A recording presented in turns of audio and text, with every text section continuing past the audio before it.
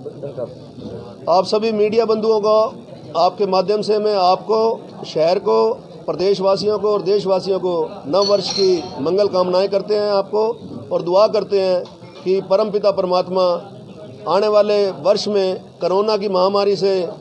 हमारे सभी देशवासियों को बचाए और इस महामारी से निजात दिलवाए। ये पहले हम दुआ करते हैं। और आज का जो आयोजन हमारा व्यापारियों का, हमारे व्यापारी प्रतिनिधियों और व्यापारी प्रधानों का जो ये आज मिलन है नव वर्ष के उपलक्ष्य में किया गया है। और दूसरा,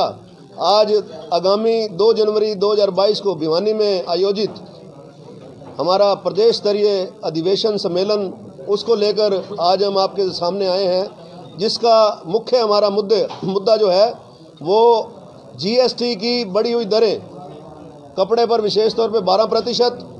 उसको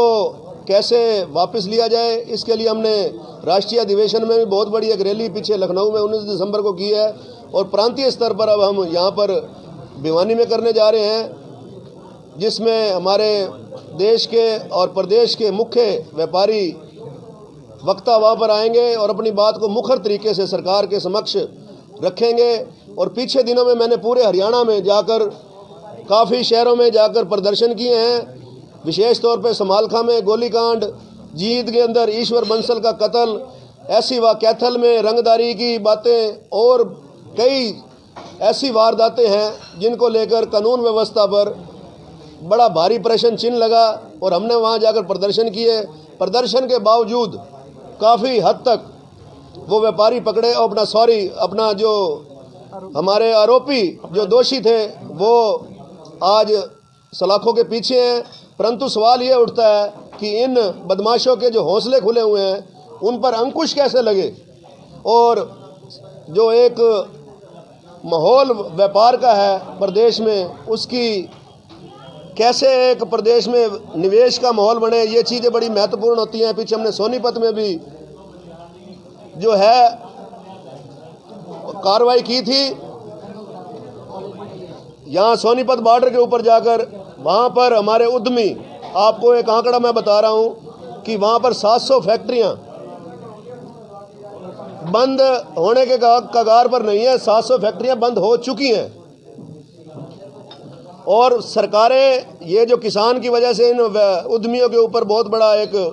नुकसान हुआ है, कई हजारों करोड़ रुपए का, इसकी भरपाई कैसे हो। और आपके माध्यम से मैं एक सरकार से ये मांग करता हूँ, बड़ा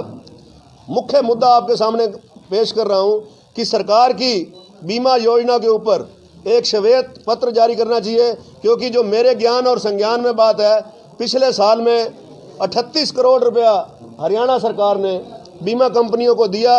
और उसकी एवज में जो व्यापारियों को कोई आगजनी होती है या कोई नुकसान होता है, उसका मुआवजा कितना दिया गया, इसका एक श्वेत पत्र जारी करना चाहिए, ताकि हमारे टैक्स की जो पूंजी है ये कंपनियों को गई है बीमा के रूप में, इसके ऊपर एक श्वेत पत्र जारी करें और आगे पूरे देश के अंदर एक समान दर की बीमा योजना व्यापारियों के लिए कैसे लागू हो, केंद्र सरकार से मांग करते हैं और प्रदेश सरकार से मांग करते हैं। देखिए, पाबंदियां सरकार का काम है। जो कोरोना आ रहा है बिल्कुल लगाए, जो नॉर्म्स हैं कोरोना के, खोखर साहब बिल्कुल आप सभी बंधुओं के साथ मैं मुखातिब हो रहा हूं कि लगाए। परंतु उसके साथ हम ये भी मांग करते हैं कि ये जो दोहरा चरित्र है वो नहीं होना चाहिए। वो चीज़ें रैलियों के ऊपर भी ऐसे मापदंड होने चाहिए, दोहरा मापदंड बिल्कुल नहीं होना चाहिए। बिल्कुल ठीक। देखिए, डाटा जैसे अब छोटी छोटी वारदातें होती है, कोई देवीय नुकसान हो जाता है, कोई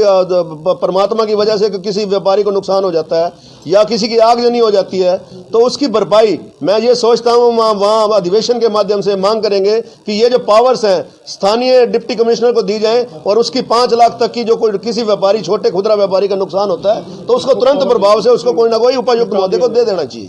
ताकि वो बेचारा कोई भी उसको एक सरकारी एक उसको बेचारे को जो आपने बीमा भी कर रखा है या कोई सरकारी आप ऐड देना चाहते हो, कोई ना कोई ऐसा क्राइटेरिया सरकार को बनाना चाहिए।